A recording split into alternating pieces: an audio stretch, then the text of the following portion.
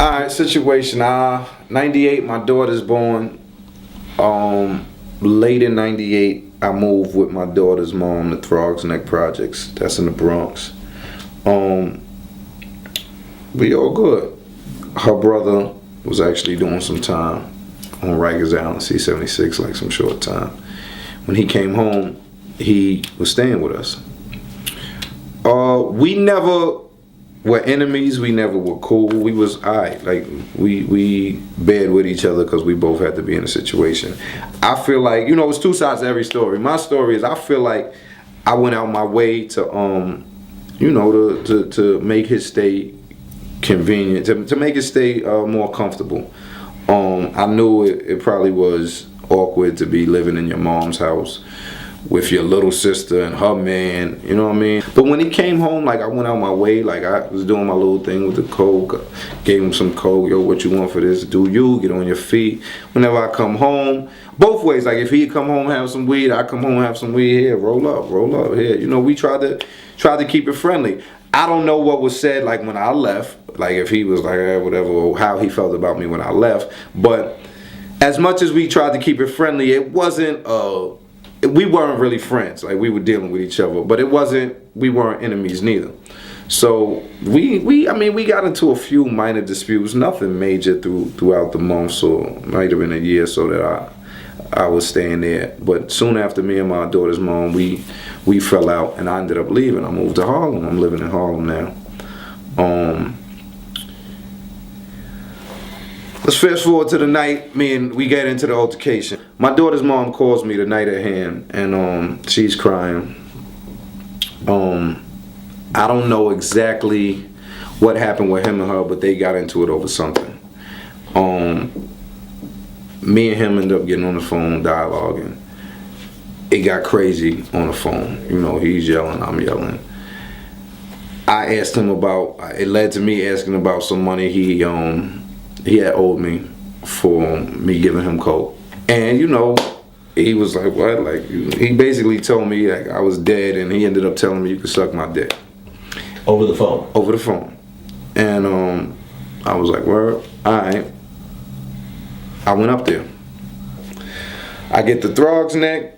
I go to the Avenue. Like, if you know Throgs Neck, it's one like strip on, what is that, Dewey? That's Dewey, right?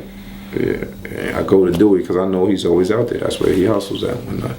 So I see him on Dewey. We exchange a few words. You know, he's talking some gangster shit. I'm talking some gangster shit. Did he threaten you at that point?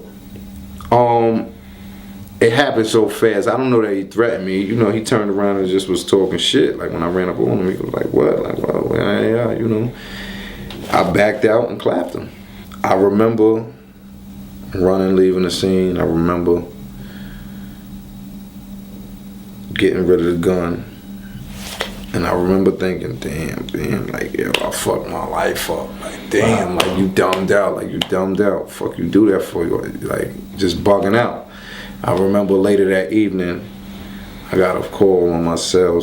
I forget who called me.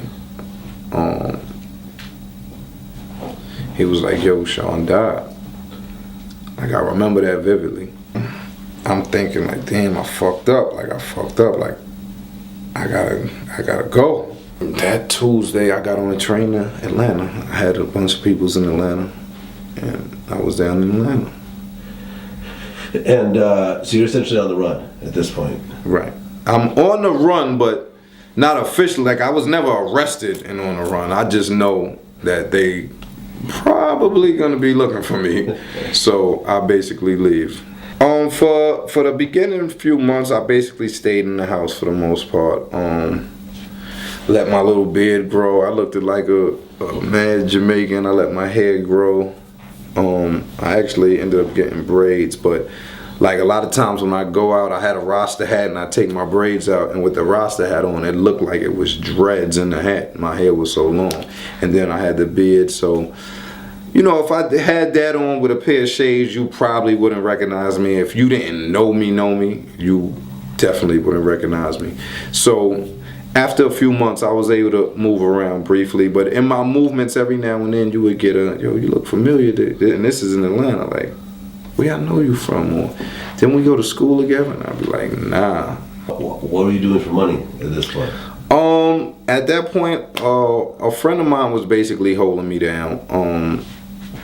But when need be, I would, make my little trips out of town. I still had little spots in different states. Like, when I was on a run, I basically hit everywhere on the East Coast at some point, south of New York.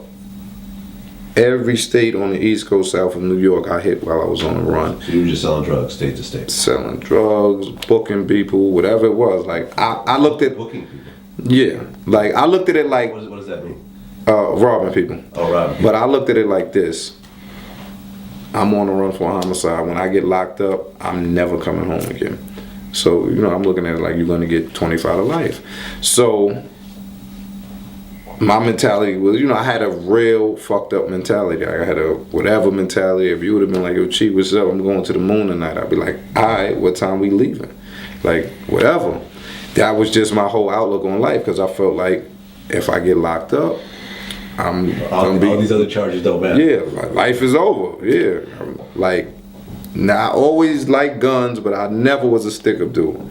But I guess desperate times calls for desperate measures. And because of who I was, I couldn't just hustle anymore. It's like, even if I had a block or whatever where I could get money at, I can't do that because I get pulled over for smoking weed or something minute. It's not minute if they take my prints.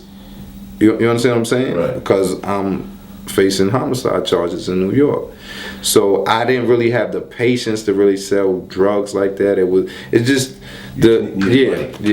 just needed to get right. And then, I'd lay up for months, and I was very frugal with my money because I wasn't moving much. Most of my money went on food, my little bills, right, bud, and that was it.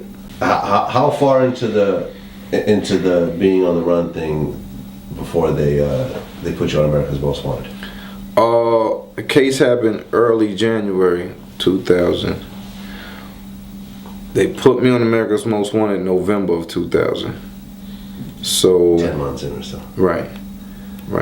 I had got word that I was gonna be on it though. So, talk about what led up to you being caught. Me being stupid. I think subconsciously I was a little tired because I started coming back to New York. I was out in Philly at the time. I had gotten into some shit out there, and so I had to kind of lay low from out there. So I found myself in New York a lot more. Before I was just coming to New York like really to re-up or what have you. So now I'm just spending a little more time in New York, probably too much time in New York. And in February of 2001, America's Most Wanted aired me again on this show. I believe it was March 4th or 5th. I was in Parkchester. I used to stay. I had a few places I stayed when I came to New York, but I had a homie in Parkchester who I used to chill with often.